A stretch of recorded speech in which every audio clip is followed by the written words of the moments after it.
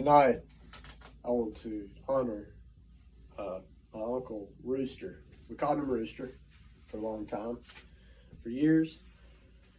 I think he was Rooster when he was bad, and when he was good, he was just Uncle Ronald, you know. And it was unfortunate. It's been going on probably 20, 25 years that he developed a bad addiction to the drug crack. And I will say that that drug is a lot bigger than people. It's a lot bigger than prayers, apparently, because my family prayed for him quite a bit, and I come from a religious family, you know, Pentecostal Christian, okay, very hardcore. But I want to honor, you know, the good stuff that was in his life, and he did some bad stuff as well. I mean, I'll be a hypocrite and say, you know, I just said I'll honor the good stuff, but I do want to give you some background to give you perspective. He did break into my sister's house. It's probably been about 15 years ago, maybe longer, and stole some stuff like some jewelry, a TV,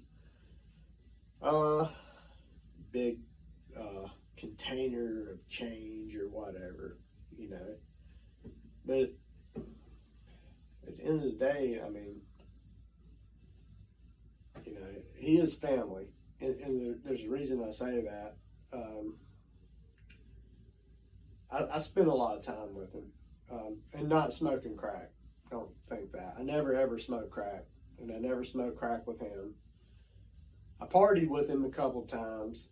I knew he was on a different path than me, you know. I want to bring up something good. He actually got to hit in a home run derby, a softball home run derby with one of the major league greats of baseball, Jose Canseco. So who can say that? He also got to try out for the Atlanta Braves, and he didn't make the cut, but still, that's pretty cool. He was an extremely fast runner, and no jokes here about crack, because he was doing good at the time, but he was an extremely fast runner. And for such a little guy, he was 5'10", a couple of inches taller than me. He could really hit the ball far. Everyone said that. I've seen comments on social media. He could hit the ball far. He was an all-around great ball player, okay?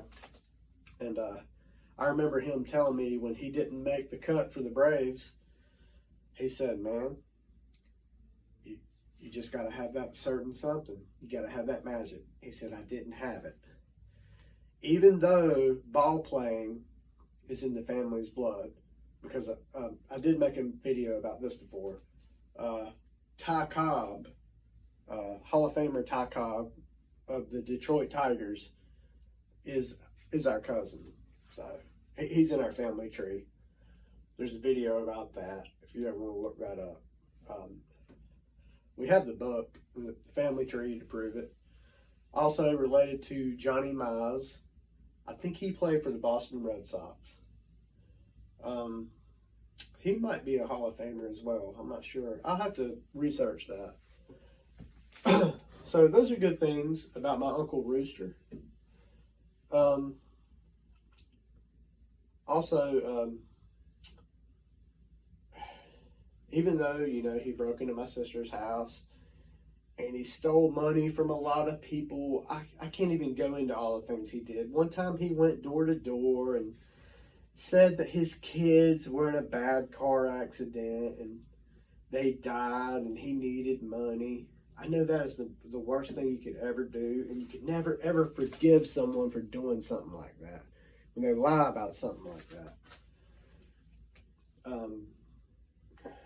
just personally for me, there was still some good in him.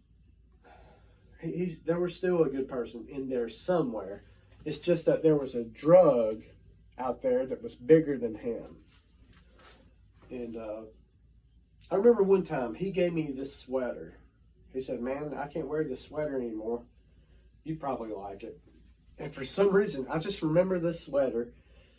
It was this big, furry kind of thing. It reminded me of Big Bird for some reason. Big Bird from Sesame Street. And it had all these stripes all over it. And these big stripes, and they were like yellow, orange, and brown.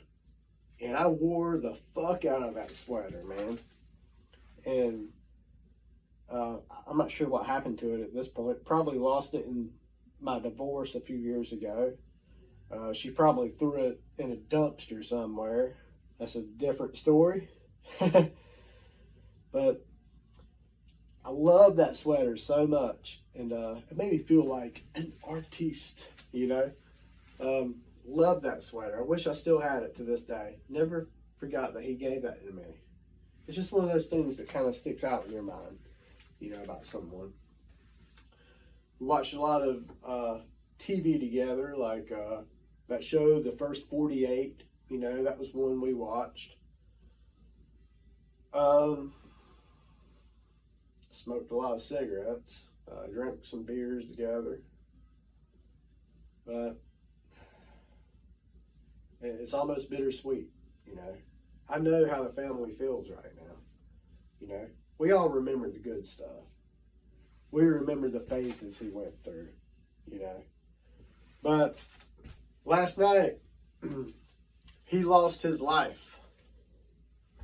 And the doctor had told him a couple weeks ago, you know, if you keep going down the path you're going to be dead, basically, is what he told him. He said, you're going to be dead. He already had stents in his heart.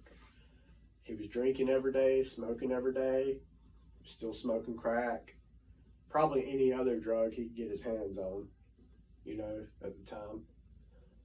So it wasn't a shock, you know, when I saw on social media today, and I got phone calls and messages.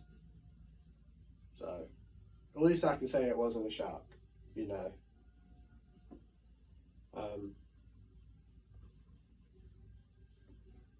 He had a lot of mental issues too, I think, you know. So this video tonight is for him, and I forgive him for all the things that he said and that he did. I think the last time I saw him was probably 2 years ago. Saw him at work, you know, I work in a grocery store. And he just came by and just gave me a hug, you know. I have another memory of him about 4 years ago. And at the time I was driving a little 1991 white Honda Civic hatchback coming through the Roses parking lot. And he had been living on the street for a while, I remember at that time. And I saw him. Tried to avoid eye contact, but there he was, and eventually made eye contact, and he tried to wave me down, tried to flag me down. I just kept going. And it was around Christmas time. But I knew if I had picked him up, what it would have led to. You know, me giving him a ride somewhere, him finding crack, whatever. Like I said, it's bittersweet, you know. I guess that's all for tonight. You know, I've said what I need to say about that. I still love him. You know, really after that, there are no words, you know. Just appreciate people, you know. Save them if you can. If you can't, step away, because they're going to go down the path they want to go down, okay? Some birds are not meant to fly, I guess, you know. I don't know who said that. I said that. Good night.